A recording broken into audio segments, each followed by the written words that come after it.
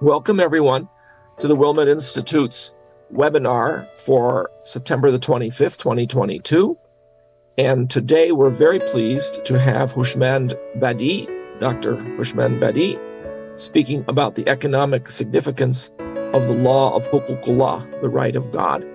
We will explain what that means to anyone who's not sure in a minute. But first, I want to mention a couple of things about the Wilmette Institute, and today is our inauguration of our podcasts, our official inauguration. Some have been available on SoundCloud for quite some time, but now we have 164 of them ready to go. They're available on Amazon Music, on Audible, Alexa, the iTunes Store, Apple Podcasts, and SoundCloud. And you will be able to go to any of those places and type in Wilmette Institute and pop up our list of podcasts and listen to all of our webinars. Pretty much have been converted into podcasts, with a few that we're still waiting for, and this one will be available at some point in a few days as a podcast as well. So now let me turn to introducing our speaker for the day, Houshmand Badi. He's an academic economist with a doctoral degree in Baha'i economics. He completed a large book, Economics and the Baha'i Faith, which is largely a compilation, if I remember right, and that was part of his dissertation work. He's now also produced a second book, Principles of Spiritual Economics. That's the compilation in particular. He's delivered many talks and presented papers on economics and related subjects at numerous international academic conferences. He's worked as a lecturer in economics for more than 25 years at universities in the West Indies and the United Kingdom. He's currently a Wilmette Institute faculty member and a faculty member for BIHE, the Baha'i Institute for Higher Education, that provides education for Iranian Baha'is. He's also offered a training program on entrepreneurial development for the refugees on a voluntary basis. He left Iran in 1975, married. He has children in 3 countries around the world and grandkids there as well. And he currently, after moving around the world a bit to Bangladesh and to the Caribbean, is currently settled in Glasgow in Scotland. So that concludes my introduction. Welcome, Houshmand. Thank you so much for joining us, and we very much look forward to hearing your presentation today. All right. Yes, thank you very much. So let me welcome once again everyone to this webinar presentation. As before I start and talk about this title a little bit, let me say that the aim of this presentation is not really to compare this revealed law of Baha'u'llah with those man-made theories and views and models of economics. But we are using those models and economic theories to explore and understand better the law of Huququllah. Also, let me say that the Baha'i faith is not an economic system, and the founders of this faith never claimed to be experts in economics. Baha'u'llah, the founder of this faith, is the manifestation of God for this age. The contribution of the Baha'i writings towards economics is mainly indirect and is spiritual in nature. The goal of the Baha'i faith is to establish the new world order of Baha'u'llah, in which economics and the law of Huququllah is a part of the world order of Baha'u'llah that we are going to discuss. So Huququllah means the right of God. Or in this presentation, I mainly use the term Huququllah, which is the original term in Arabic, but sometimes I will use the right of God, and sometimes simply I use Huquq. In relation to the title of this presentation, I have to mention that it will be irrational to examine this mighty law of Baha'u'llah only from an economic perspective without referring it to spiritual significance. Therefore, throughout this presentation, we are adding spirit to various forms of economic views and models. The plan for this webinar is in 9 parts. I will start with an introduction or background, and then number 2, 3, 4 here, which is Huquq Allah and sustainable production, Huquq Allah and distributive justice, Huquq Allah and modern consumption. In this regard, the 3 important principles of economics that are dominant today are mainly production, distribution, and consumption. In our discussion today, we will briefly discuss the impact of the law of Huquq Allah on each one. And in order to have the spirit of the Baha'i writings for these terms, we will use phrases such as sustainable production, distributive justice, and moderate consumption. Huquq Allah, friends, is a revolutionary spiritual principle mentioned in the Baha'i scriptures for the redistribution of income and wealth. The law ensures the economic well-being of the entire society. In one of the writings, Baha'u'llah states that the payment of Huquq Allah should be with utmost joy and bring blessings.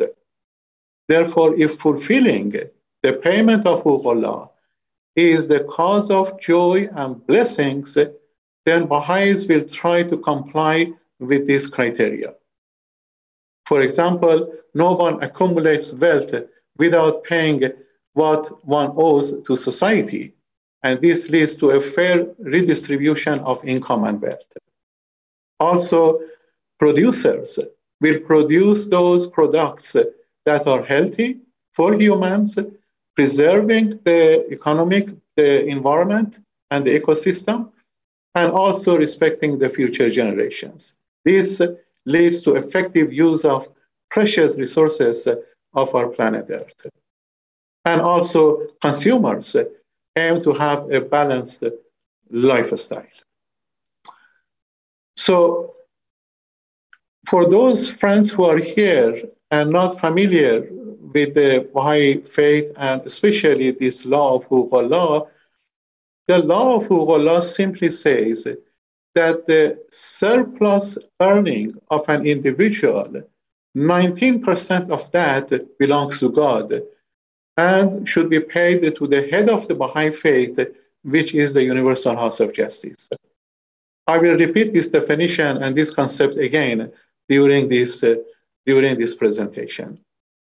But let me, at the beginning, say a few characteristics of Huquq Allah. We know from the Baha'i writings that this is a mighty law and it is unique in religious history.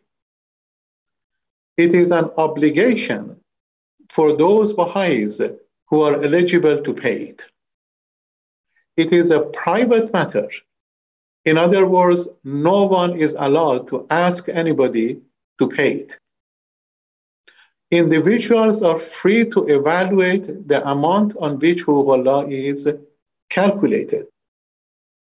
It purifies one's possessions and attracts spiritual blessings.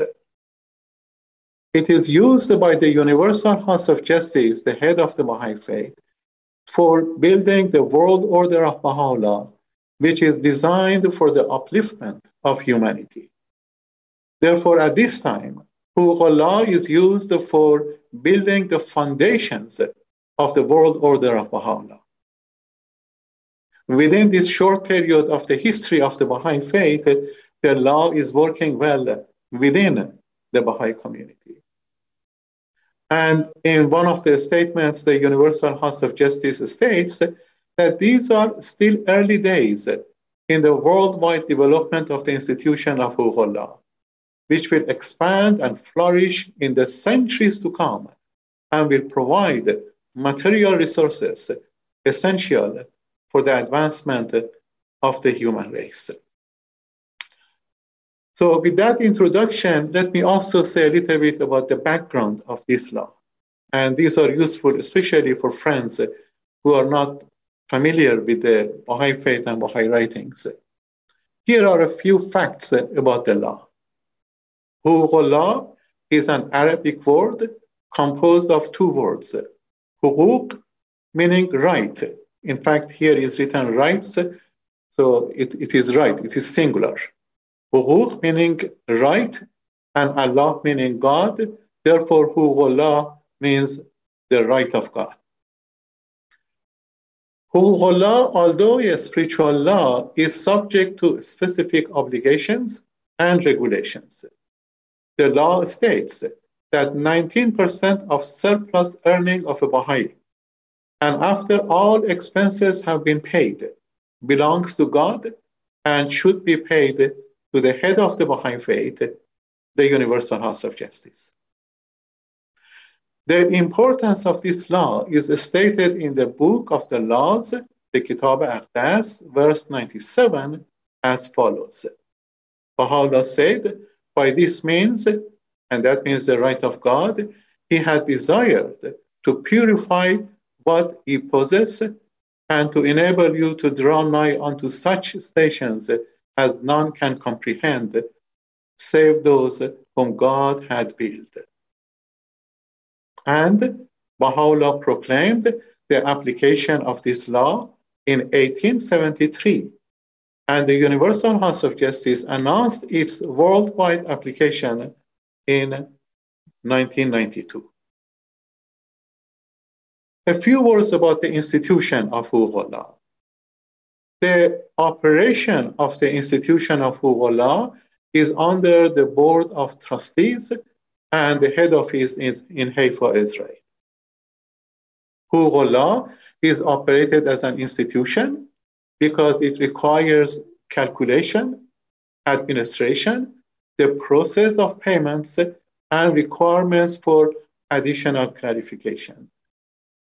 There are representatives of Huququllah in each country to administer the affairs of this law. The main purpose of the institution of Huququllah is the education of believers to understand the spiritual significance of this law.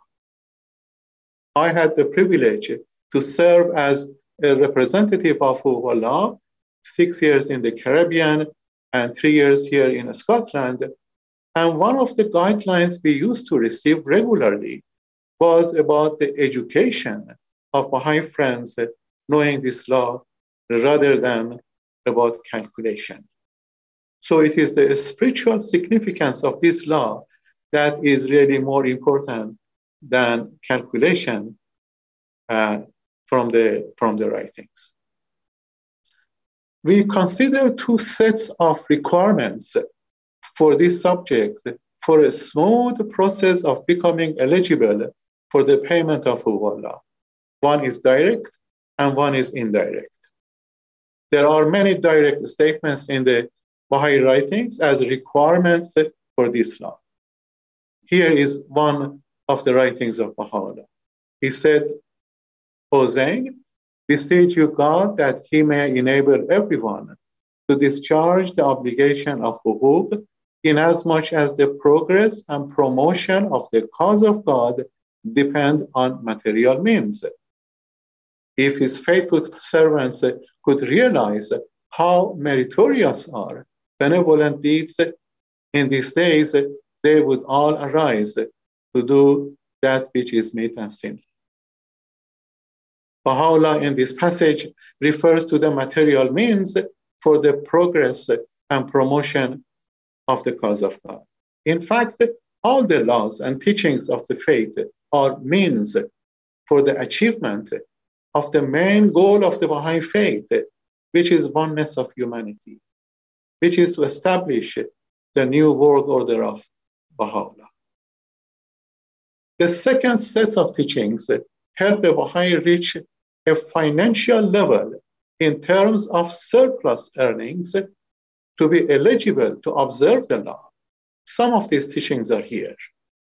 Work is considered as worship, idleness is discouraged, begging is prohibited, wealth creation is commendable, equality of women and men, and especially women empowerment, the importance of education and skill learning, and considerations of truthfulness and trustworthiness at work, the importance of innovation and technology, and using consultation as a method of decision-making at all times.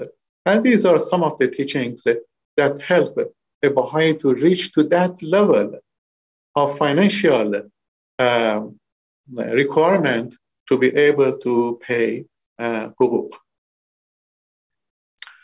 Now, friends, we are going to the second part of our discussion, which is about huququllah and sustainable production. I will discuss this under three categories. What is huququllah and sustainable development? And then I will look at two theories or models. One is huququllah and input-output model, and one is huququllah and the idea of multiplier effect. I will discuss this very briefly. This may be helpful, especially for friends who are who have some background in economics. But friends, please note that the main purpose of this presentation is to add spirit to the form, to add spirituality to economic thinking. And once again, I emphasize, and I said earlier, that we are not comparing the revealed law of huququllah with those man-made economic theories and models and thinkings, but we are using them to explore this law. About sustainable development, the World Environment Commission defines sustainable development as development that meets the needs of the present generation without compromising the ability of future generations to meet their own needs.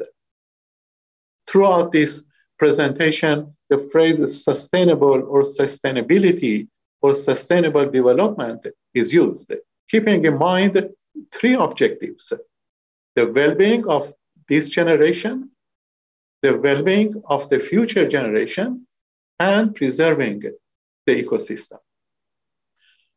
Now, a one-dimensional solution adopted with mainly monetary instruments or money instruments is not an effective way of solving economic problems. The law of huququllah can be considered as a multi-dimensional approach to sustainability.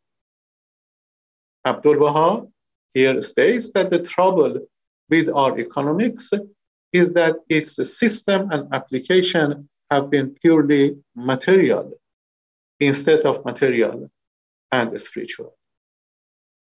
For creating a balanced economy, Abdul Baha also said that an adjustment of means of livelihood in human society is needed, which requires a change in lifestyle for all participants of the market. Huququllah can be instrumental to create such a balance. The concept of huququllah is that a percentage of the surplus income belongs to God. This means principles such as trustworthiness, truthfulness, and honesty should be considered and practiced by employees and employers who are Baha'is when producing goods and services. These virtues are important for the spiritual development of individuals, resulting in producing products that benefit individuals and the whole society, or its social benefits are more than individual benefits. About meaningful work, Baha'u'llah in the Hidden Words says, "O my servants, you are the trees of my garden. You must give forth goodly and wondrous fruits, that you yourselves and others may profit therefrom. Thus, it is incumbent on everyone to engage in crafts and professions, for therein lies the secret of wealth, O men of understanding. For results depend upon means, and the grace of God shall be all sufficient unto you. Trees that yield no fruit have been and will ever be for the fire. In this passage from the Hidden Words, Baha'u'llah refers to a significant point relevant to our discussion. He tells us that a Baha'i should be a productive member of society and produce wondrous fruits. Also, the examples of the type of work stated in this passage are those that in them lies the secret of wealth. In other words, these occupations that are mentioned in this passage are in high demand, and as a result, with higher earnings. Higher earnings put a person in a good position to have a surplus income, a surplus earnings necessary for paying the hukuk.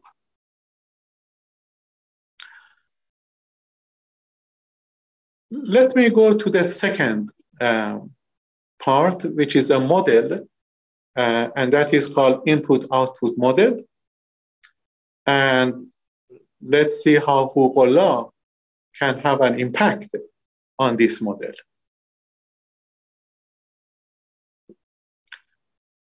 In this economic model, the main resources are inputs. And usually in economics, the main inputs are land, labor, and capital.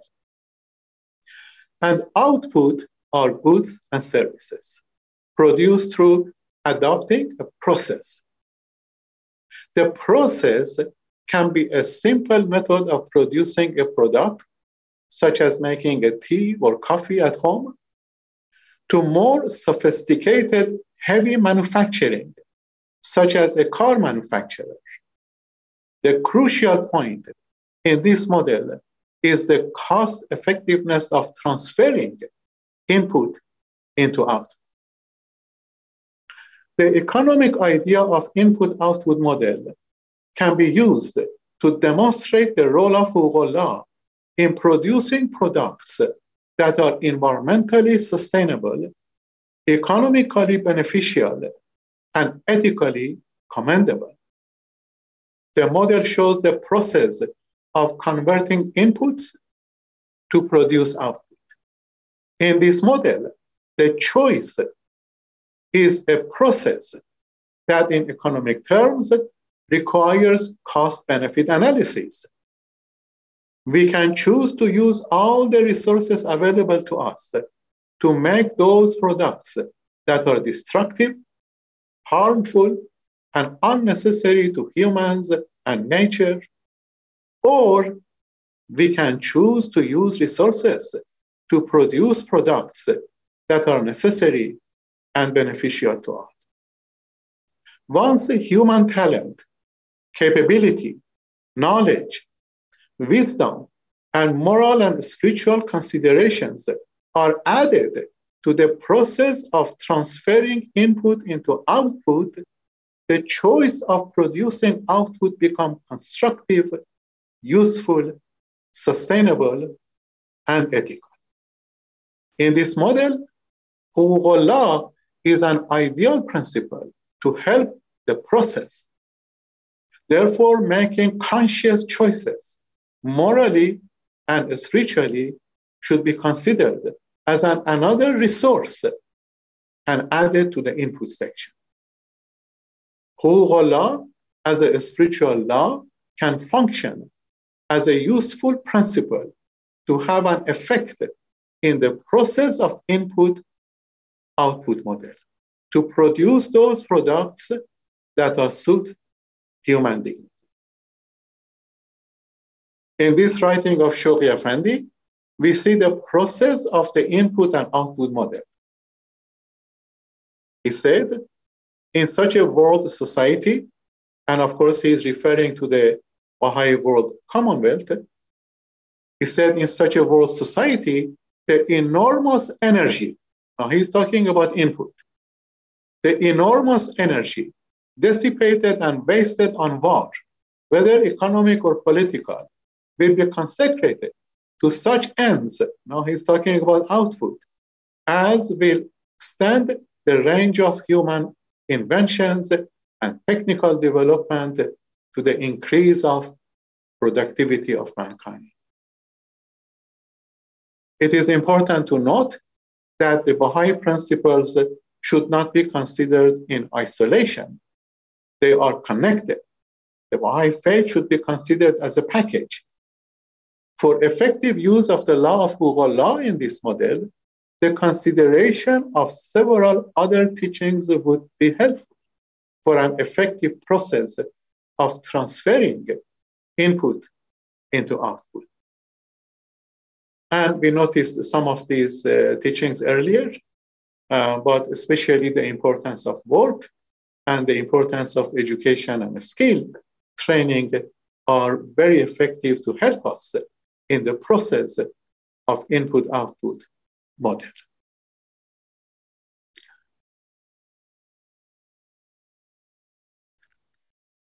Friends, when we are discussing Huququllah, the multiplier effect is one of my favorite subjects.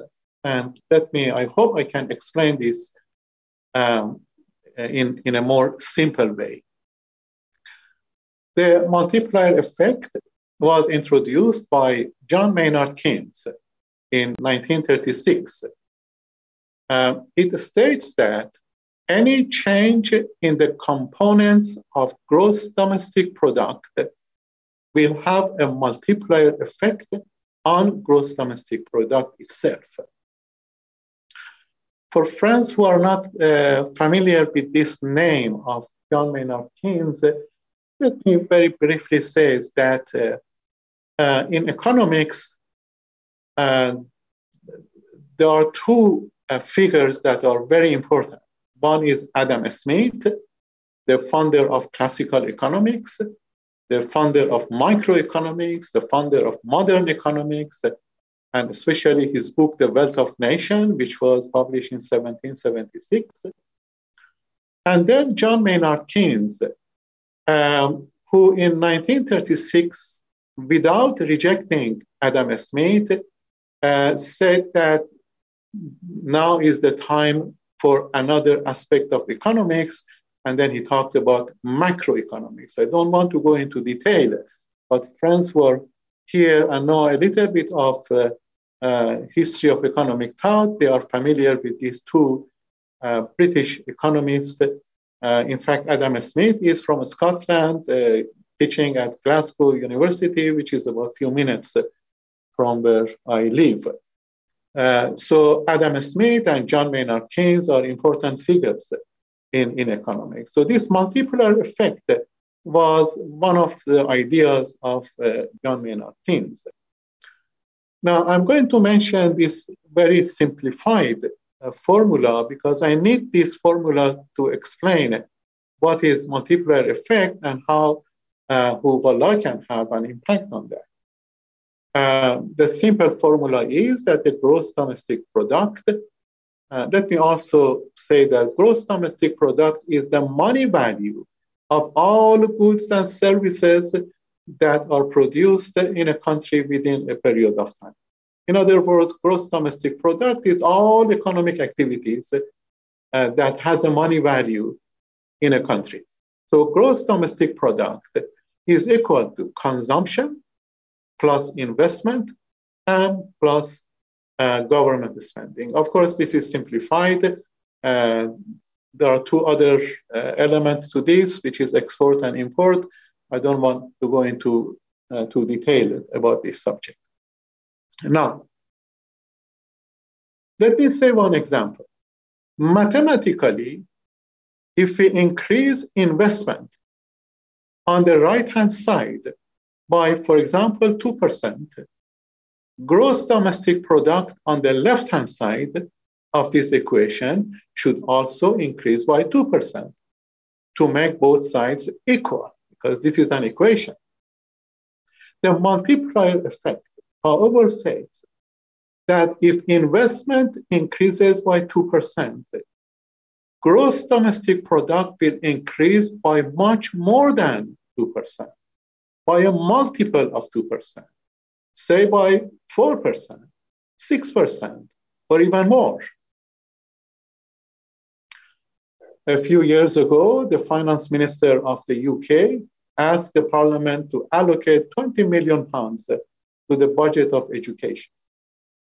And when the parliament asked him the reason, the minister said because the £20 million has a multiplier effect.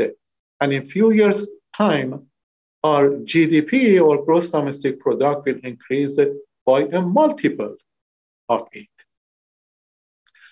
Now, the social function of 19% payment of Huququllah has a multiplier effect.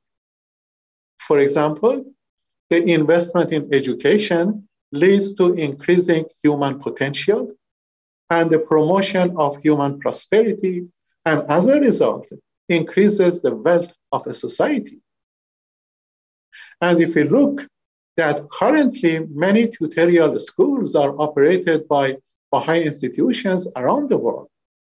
Therefore, there would be greater possibilities for community development, for social welfare, and for the improvement and maintenance of infrastructure, which in turn will affect the whole society. Therefore, activities such as education and health have a positive effect on the entire society and causing a multiplier effect on the standard of living of all people. In 1875, Abdul Baha, son of Baha'u'llah, in The Secret of Divine Civilization, one of his books, referred to activities that will multiply the wealth of a nation. We know that The Secret of Divine Civilization addressed to Iranian for the progress of social and political and economic development. In that book, he said, the truths of such physical sciences as are beneficial to man and to widen the scope of industry and increase the products of commerce and multiply the nation's avenues of wealth. That's in 1875. Some of the principles that have a multiplier effect: women empowerment, the importance of education and training, investment in early childhood development, and innovation and technology. They all have multiplier effect and cause the total activity of an economy to increase by a multiplier, by a multiple effect. And the gross domestic product will increase by much more than what has invested in a particular economic activity.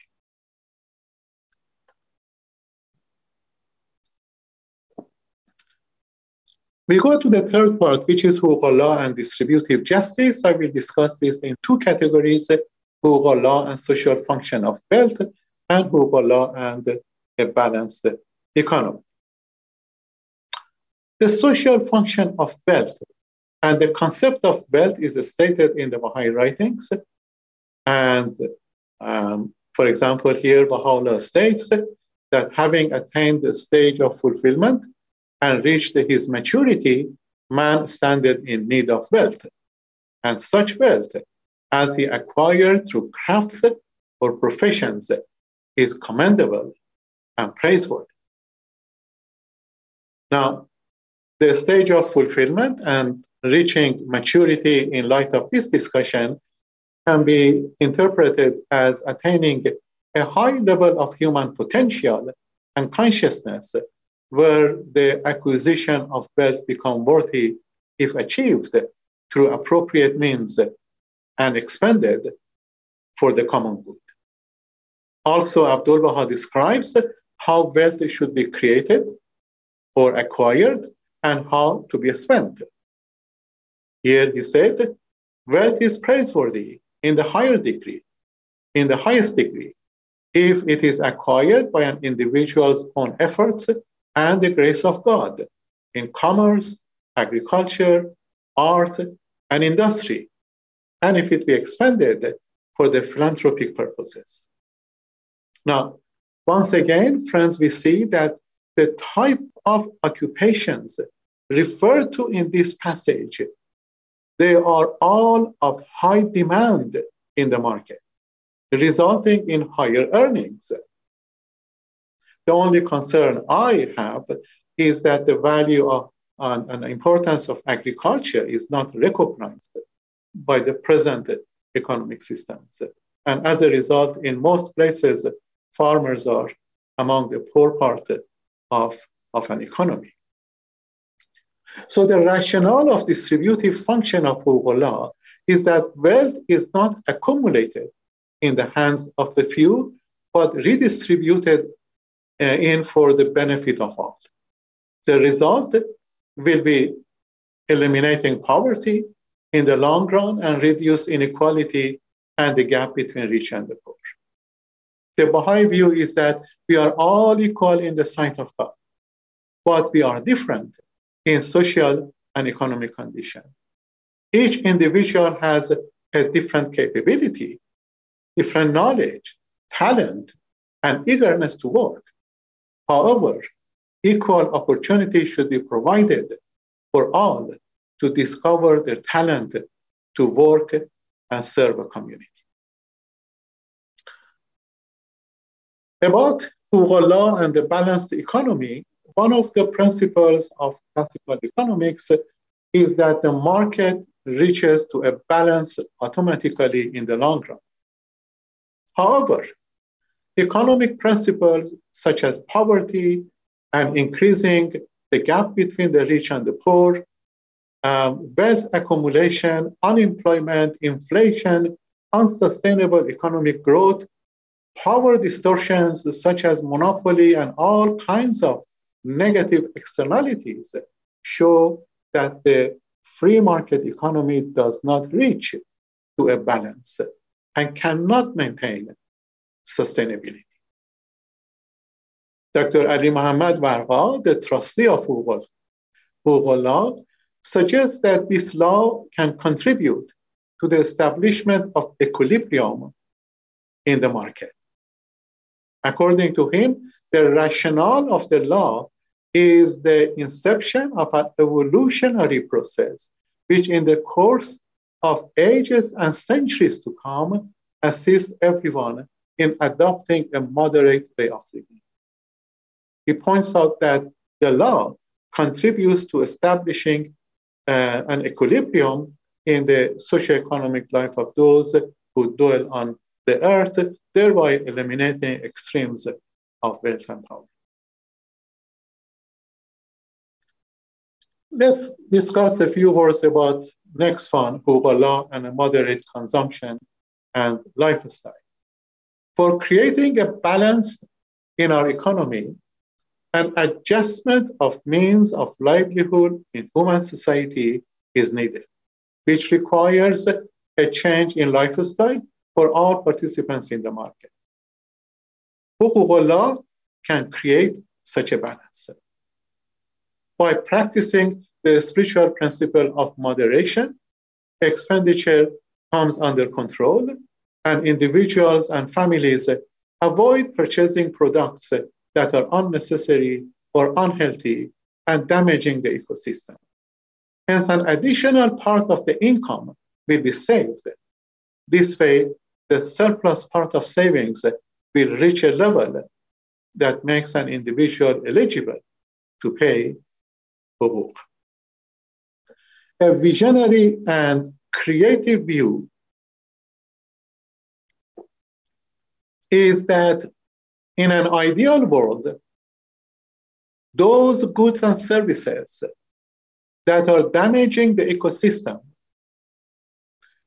do not possess the features of sustainability and are not in line with human dignity will be removed from the market.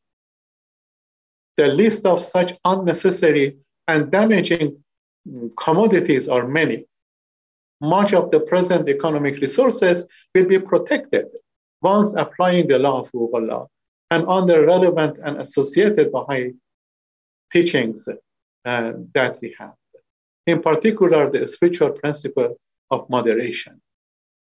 The spiritual principle of moderation not only encourages individuals and families to use products that are useful and befitting human dignity, but also purifies wealth. Therefore, there is a close relationship between Huquq and moderation. A moderate lifestyle is not only for the rich to have a simpler life, but also for the poor to elevate their lifestyle. The poor are entitled to have a happy and prosperous life. A few words, friends, about the calculation of this law. The law of Huquq, as mentioned earlier, states that after having deducted the yearly expenses, if there is still any surplus left, then Huquq will apply to this surplus at the rate of 19%. And no further payment of Huquq will fall due on it. Now, but how should the remaining 81% spend? Let me make a simple example. Suppose we have a cake. The law says to give 19% of it to God and enjoy the rest. There are a number of questions we should ask here. For example, is it healthy to eat all 81% of the cake? Can we, for example, share a part of it with others? Can we save some of it for the future?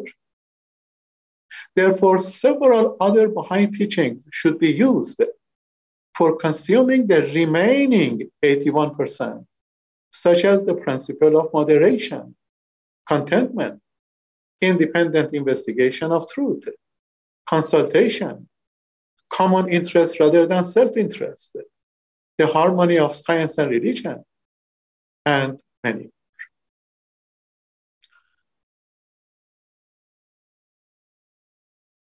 Let me say a few words about this next topic, the use of Huquq.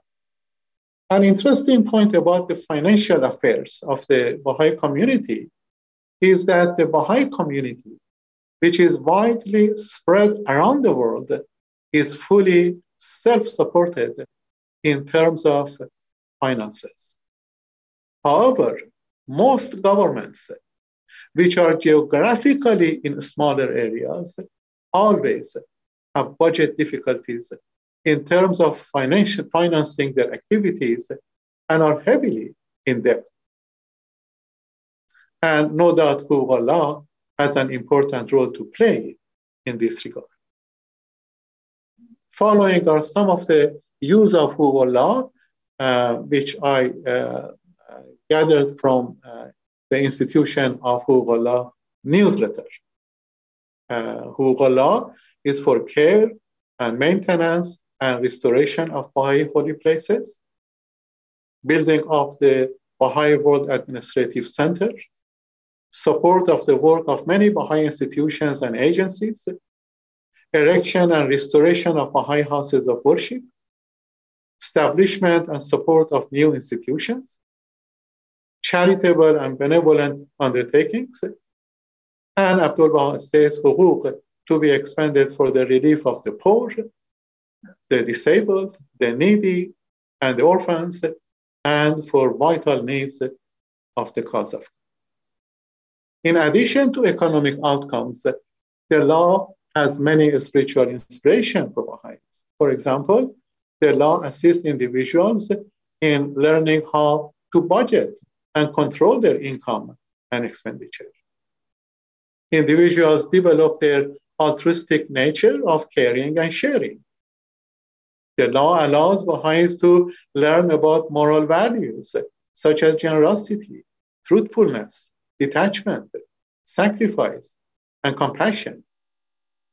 In practicing this law, individuals would be their own trustees, as they are not individually asked to pay Huquq Allah, and it is their own responsibility to do so. So there are a few other topics that I like to say very briefly. One is the relationship between Huquq Allah and taxation. Yes, simply, we have to say that Huquq Allah is not the same as taxation. It should be noted that the concept of Huquq Allah is not the same as taxation. On tax, for example, although implementing this law is a spiritual obligation, the effectiveness depends on paying with utmost joy. This is on Huquq Allah. However, on taxation, on the contrary, it is compulsory and imposed on individuals. Again, on tax, as it is compulsory and collected by force, it discourages some people to earn more than a limit, or in many instances, avoiding paying tax.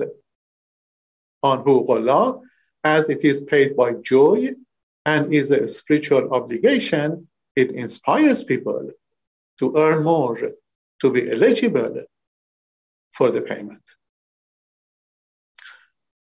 A few words about Huquq Allah and general contribution. The trustee of Huquq Allah, Dr. Van Gaal, has clarified this aspect of the law of Huquq Allah and says that the payment of Huquq Allah is based on calculations of one's income, whereas contributing to the Baha'i funds is left to the free wish and eagerness of believers.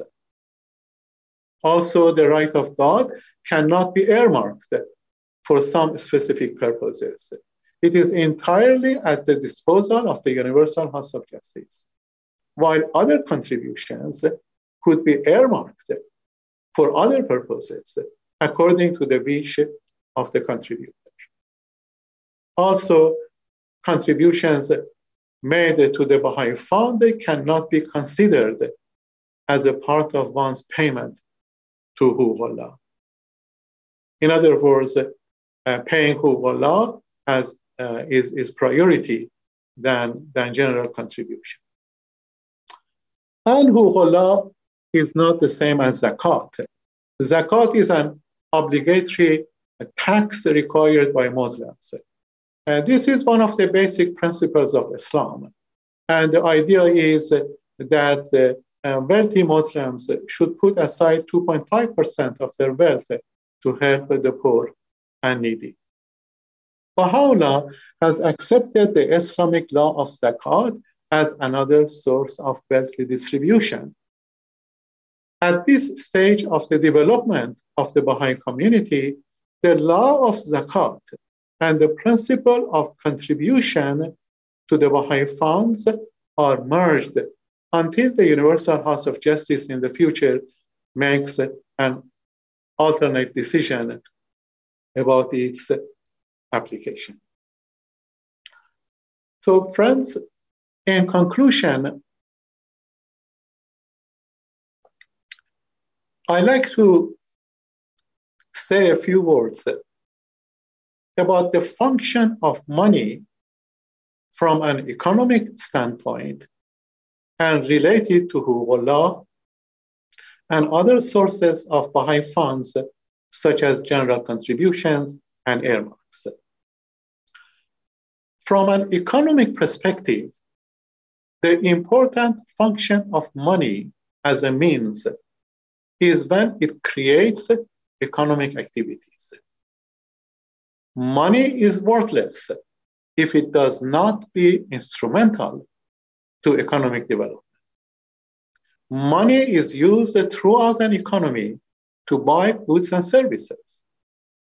In the process of movement or circulation, it enables businesses to pay for salaries, maintenance, and tools, and other things necessary to sustain business growth. As businesses grow, they create new jobs and pay taxes that the government requires to perform its objectives. Therefore, we see how important it is when money is distributed fairly and is in circulation rather than being accumulated. Now, Huququllah and other sources of Baha'i funds, such as general contributions and earmarks, can be a part of this process and generate economic activities.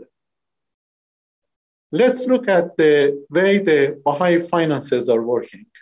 For example, general contributions starts from the local Baha'i communities, such as at the 19-day feast and under the supervision of the local spiritual assembly. The fund is spent on local activities, which the whole community, of course, benefit. Also, a part of the local fund is transferred to the national fund for various activities at the national level. Similarly, a part of the national fund is sent to the international fund to be spent for activities globally. Also, if there is a shortage of funds at the local or national level, the funds are allocated from international fund for the use of activities at the national and local levels. In all these movements, up and down, the funds are in circulation and creating economic activities. Funds are not accumulated, but are in circulation. Therefore, the use of the fund from Huququllah, as we saw a number of issues earlier, has become the cause of various economic activities, locally, nationally, and globally. The key principle that considered in all these movements is the belief in the oneness of humanity. With that conclusion, friends, I'd like to just also add here a few more references, which are friends who are here and they want to know more about, especially detailed of the law of Huququllah, especially calculation, and all these, they can refer to these particular references. This particular presentation was more an academic presentation about the significance role of Huququllah from an economic perspective. And I tried not to go into details of calculation and other issues related to Huququllah. And if friends are interested, they can also contact the representatives of Huququllah in your own area. Thank you very much, and I hope that this was appropriate for friends to know a little bit about this topic. And so I'm going to stop my share. Thank you very much, Houshmand. That was really quite interesting, especially when you think about the economic side of it, which we don't normally hear much about. I'm curious about one thing you mentioned. You talked about the multiplier effect of the law of Huququllah. And it seems to me that has a lot to do with how the money is being spent. So, for example, if it's being spent to, say, build a Baha'i center somewhere, then it's basically construction money, which I don't know how much of a multiplier effect construction has. On the other hand, if it's being spent to create a new Baha'i school and educate people who are then in the position to earn more money, it then boosts the economy of that area in a larger way in the future. So I guess there would be a larger multiplier effect. It has. Now, were you thinking of any other kinds of multiplier effects than that? I mean, is there, for example, do you think a multiplier effect on the people themselves who are giving the Huququllah, or is it more of a multiplier effect on how it's spent? Well, the multiplier effect, actually, there are other parts. Consumption, for example, when Baha'is spend money, is not only buying a product. We should know that that has a multiplier effect. When we buy something, when we buy a bread, it's not only advantage to me, but we have to see that how many more people are engaged in producing that bread. So it creates jobs. It creates investment in the community. The government benefit, the whole society benefit, and the individual benefit, and the businesses benefit. So it's not only I pay $10 to buy a piece of bread. That $10 has a multiplier effect in the society. The same thing for government. When government spends some money, that has a multiplier effect. The example I mentioned, that 20 million pounds adding to the budget of education, imagine in 5 years, 10 years time, all these kids come to the society. They become productive member of society. So it is not 20 million pounds, it's 100 million pounds, 200 million pounds. So we have to see what is the effect of that money spent that has a multiplier effect. But in relation to Huquq I have been, especially in Bangladesh, I was involved in some of those tutorial schools, in 1984, 85. And some of those kids are not doctors, they are nurses, they are in the society. So it is interesting, Rob, that how much we spent for each tutorial school. The budget to establish a tutorial school was $100. $100 to buy the material, and then the local people in village were the laborers. Mm-hmm. So with $100, we built a school. And a few years ago, I visited Bangladesh. Some of those kids are now nurses and doctors, and they are in the society. So it was not $100. It was much more than that, adding to the wealth of the society. That's interesting. You also made a comment that currently the Baha'i payment of zakat is basically rolled into the national fund or the giving to the fund. Could you elaborate on that point? Because I've never heard it put that way. Yeah. National fund. Shawki Afandi talks in one of the writings that at this time, zakat is not actually practiced. Zakat is merged with contribution. So until later time, the Universal House of Justice decide the law of zakat. So the law of zakat is not practicing currently. But if we want to understand its concept is merged with contribution. But the law of zakat as 2.5%, that's not practiced. But interestingly, that is the only law, Rob, that Baha'u'llah accepted from Islam. Yeah. And added to the Kitab al-Aqdas. And as far as we know, it's 2.5% in the Baha'i case as well as the Muslim case then. Yeah, it's the same law. Exactly the same law is transferred to the Kitab al-Aqdas. That's very interesting. That really is very... Yeah, but the application of that will be known to us later on, but we have to see what is the decision of the Universal House of Justice on that. Yeah, that's fascinating. I'm trying to think of what other questions to ask. We don't have any other questions at the moment. Okay. That is really, really very intriguing about that. Do we know anything about the worldwide impact of inaugurating the law of Huququllah universally back in 1992? It's something that people pay in every country in the world now, Baha'is. There are no places that are exceptions. Yeah, all countries. This is global, and in every country there are representatives of Huququllah, and they are facilitating, they are educating Baha'i friends. And as I mentioned, and I know I was a representative for 9 years, And there was a difference between the East and the West. Yeah. So I was in the East, it is more the spirit of Hukukullah that is important. In the West, it is the calculation of Hukukullah which is more important.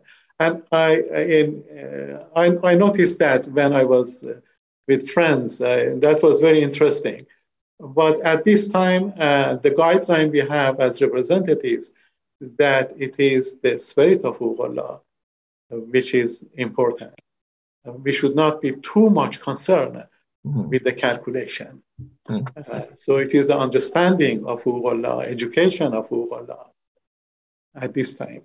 That's rather comforting, since calculating how much you actually owe gets really quite difficult. What is your surplus? What is your required needs?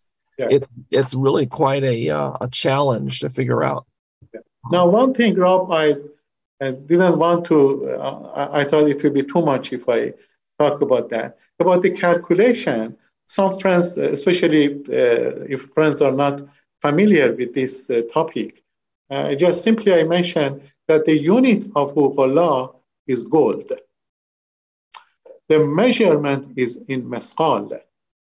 Now, 1 mesqal of gold is 3.642 grams of gold.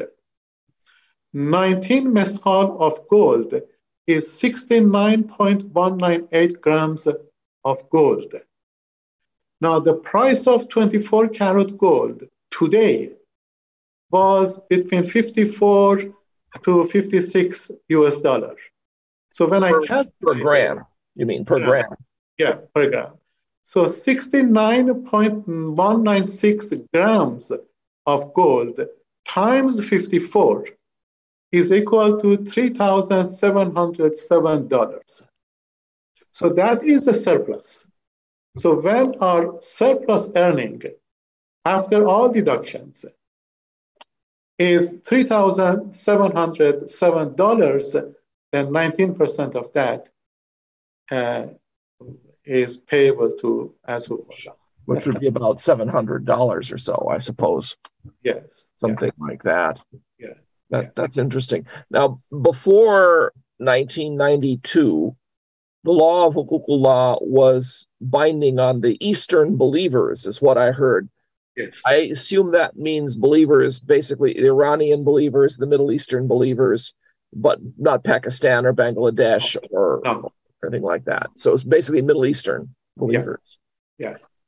But now it's globally, but it's, I know that a great contribution of Hukukullah towards Baha'i activities and wider society is huge.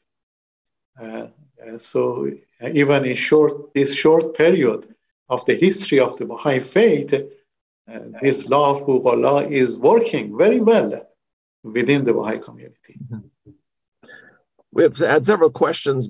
One person asked whether the slides will be available. I assume we can put them up on our website for the talk. And of course, the talk will be available on our YouTube channel. And if any of you have clicked through to the page that describes the talk, that page will continue to be available, but instead of a link to the registration, there'll be a link to the PowerPoint and a link to the recording and a link to SoundCloud too, probably, and other choices if we can figure out how to put all those up. Okay.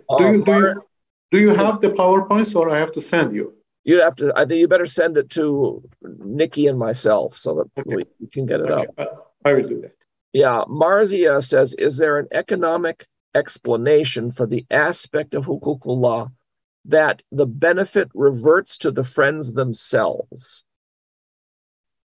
Because Baha'u'llah talks about how it reverts to the friends themselves. Can you explain that economically?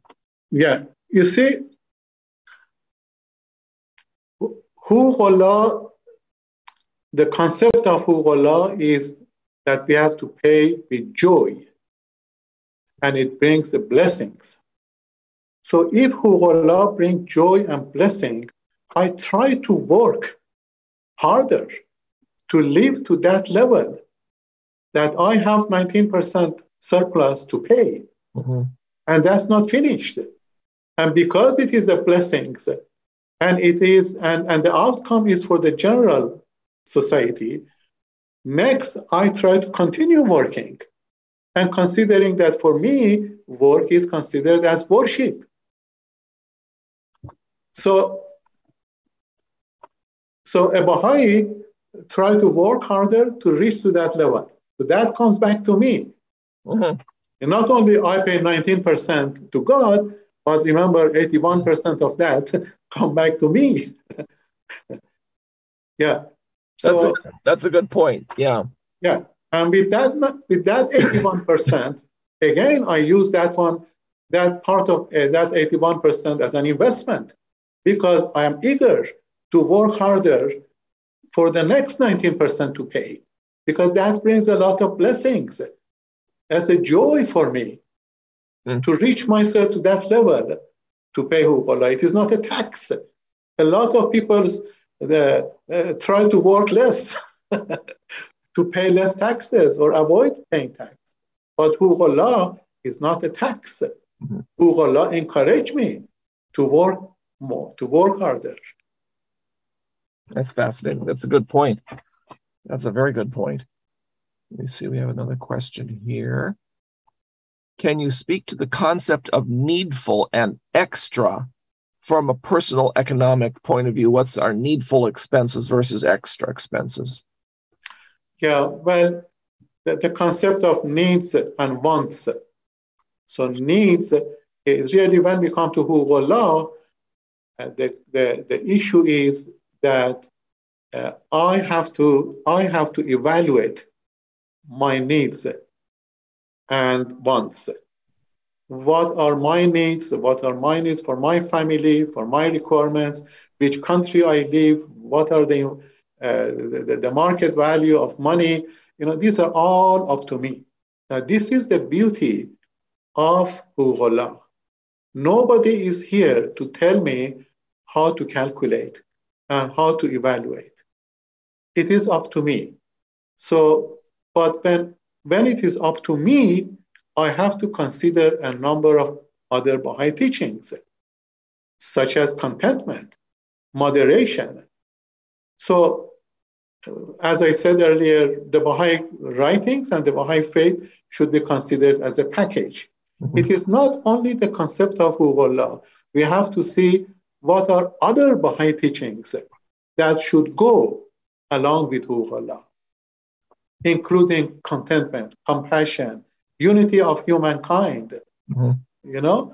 So these are all important to consider the Baha'i writings as a package. Well, this is more of a question for you as an economist rather than specifically related to Huququllah, though I'm not sure if a Scottish economist can answer this question so well. Dorcas asks, what role does racism play on the economy of countries such as the United States? Yeah.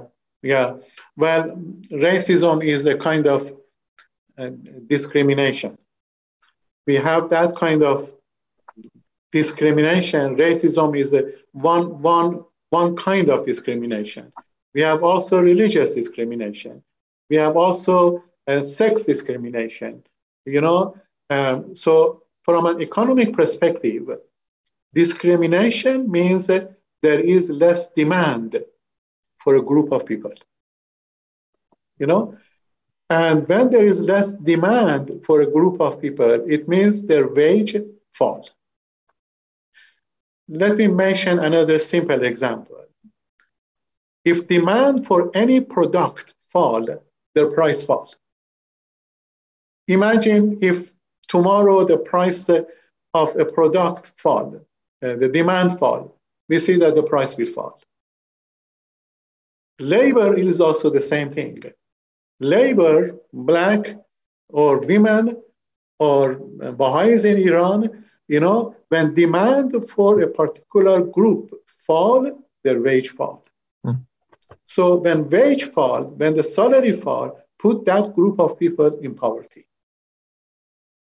That's what, if you look at the black people, women, Baha'is in Iran, we see that they have economic problems. Why? Because demand from economic perspective, friends who are economists here in this group, there is a supply and demand, and that demand curve shift to the left and the price fall. And that is not only for Black people, for all kind of people that are discriminated. And racism is one of them. Thank you. That's a fascinating answer. I don't see any other questions right offhand. Perhaps we'll be fortunate and someone else will pop one in here. But that was a very interesting presentation. And I had not ever thought of racism connected to supply and demand of labor and supply and demand of people. That's a very interesting approach to understand it. Yeah. There is a one of my topics, I think, is on YouTube, is about discrimination from economic perspective of discrimination, which I related racism to that also. But maybe that should be another topic for another time. Economic perspective of discrimination from a Baha'i perspective. Definitely. Well, one person here, Khashiar, says excellent presentation, and I'm sure others will also echo that. This should be quite a fascinating one for people to listen to when they want to learn more about the economic relationship of the law of Huququllah to society. People keep raising hands, but I should point out to people that we're not going to turn on people's microphones and cameras. We have too many people in the audience, and it's too difficult to do that. So you're best off, instead of raising your hand, posting a comment in the chat or in the Q&A. And I see we now have a few more comments here, quite a few more, I'm glad to say. One person asks about the difference between zakat and huququllah. Yeah, I mentioned zakat is an Islamic law, is 2.5% of the wealth. Huququllah is 19% of the surplus earnings after all deductions should be paid to the head of the Baha'i faith. Both zakat and huququllah are mentioned in the book of the laws, the Kitab Aqdas. However, the law of zakat is not practicing currently, but the law of huququllah is practicing very well within the Baha'i community. And you also, you said that zakat is on your total income as opposed to your surplus income. Yes. So that's another interesting difference between the two. Yes, that's another difference. Yeah, that's very important. And one person in the chat says, how often do you pay hukuk? Once a year? Well, you see, that's a very, very, very interesting question. Anytime your surplus earning reach to 19%, anytime you can pay your 19%. And at that point, the 81% is now free. So you don't need to wait for 1 year, And in relation to that, Rob, there's another question that a lot of people ask. In some of the poor countries, especially in the villages, because we don't have that much money in circulation in villages. The question is that the Baha'i may not reach to that level of 19% surplus to pay huququllah. Then what is the situation for those Baha'is? They are not blessed, or this type of question. The Universal House of Justice now created another term, huququllah contribution. And you can pay any amount in the name of huququllah. And yes, I was when I was a representative of huququllah in the Caribbean. One of our new Baha'is, so he was 2 months old Baha'is, and he learned about huququllah, and he was a gardener. His income never reached to that level that pay 19%. And every day that he used to work, he used to pay a little bit of that as huququllah. And it was not 19%. It was, it was the spirit of huququllah that was important. And that is huququllah contribution. Friends can give even $1, $2, $10. And the House of Justice will send a receipt as huququllah contribution. Christopher asks if there are any books as a new Baha'i for him to read on the subject. Well, if he's interested in economics, and if he sends his address to me, I will send my own book, which is Economics and the Baha'i Faith. Ask him to send his address to me, and I will send. I have two books, as you mentioned, Baha'i Faith and Economics, and the Principles of Spiritual Economics. Yes, I will send both books to him as a present. Good, Christopher, write me, since you and I have been in touch, and we'll. But I'll forget if you don't send me your reminder. Yeah. Also, Rob, both books are in Amazon. Yes. Yeah, both books are Amazon in ebook. In ebook. Yeah, they are in Amazon. That's good. They are very cheap. Sure. Martine says, what happens to the right of God in a shrinking economy? The right of God in a shrinking economy. We have to consider that the law of huququllah is not for present. The law of huququllah is at least for 1,000 years, and we don't know what will happen to the condition of the world in economy is always up and down. But as far as we know from the Baha'i writings, the aim of the Baha'i Baha'i faith is to establish the new world order of Baha'u'llah, and economics is a part of that. And this is important to know that the Baha'i faith, sometimes the question is there a Baha'i economic system or not? Currently, there is no Baha'i economic system. But Shoghi Effendi, in his writing, says that in the future, economists will establish a Baha'i economic system based on the Baha'i writings. So hopefully, the world economy will not shrink all the time.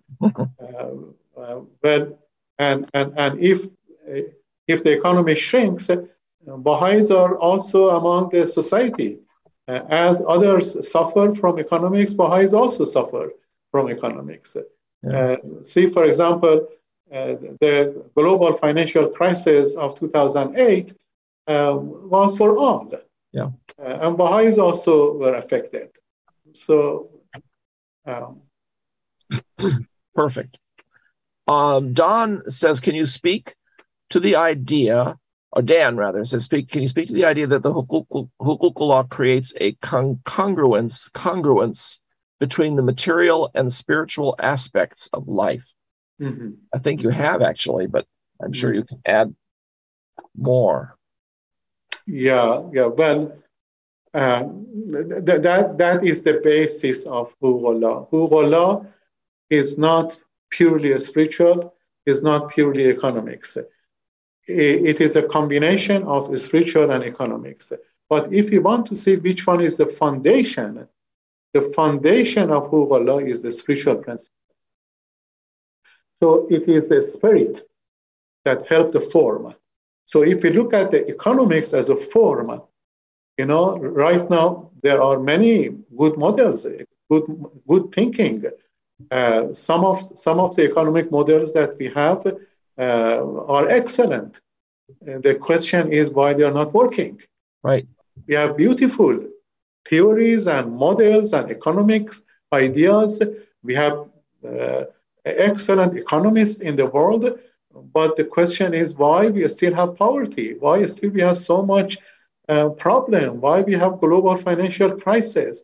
The issue is that all those beautiful thinking and ideas and models, they are just a form. They don't have spirit. So Huququllah adding spirit to the form. Very good. Well, Paula says, thank you. Thought-provoking presentation. Julian and Suzanne say, excellent presentation. Thank you. Yeah. And so I will echo their thanks as well. This has been really a marvelous opportunity to explore the law of huququllah, both from a spiritual point of view and from an economic point of view. So I want to thank you yet again, Hushman, for this marvelous presentation. And I want to thank our audience for joining us, reminding you that we will be back in 3 weeks with a presentation on the greatest holy leaf by Bahariyeh Rouhani Ma'ani, which will be a fascinating presentation. She's done a lot of research at the World Center about the role of women in the Baha'i faith, and so we can very much look forward to that. And until then, I want to wish everyone a happy weekend and see you again soon. Bye-bye. Thank you.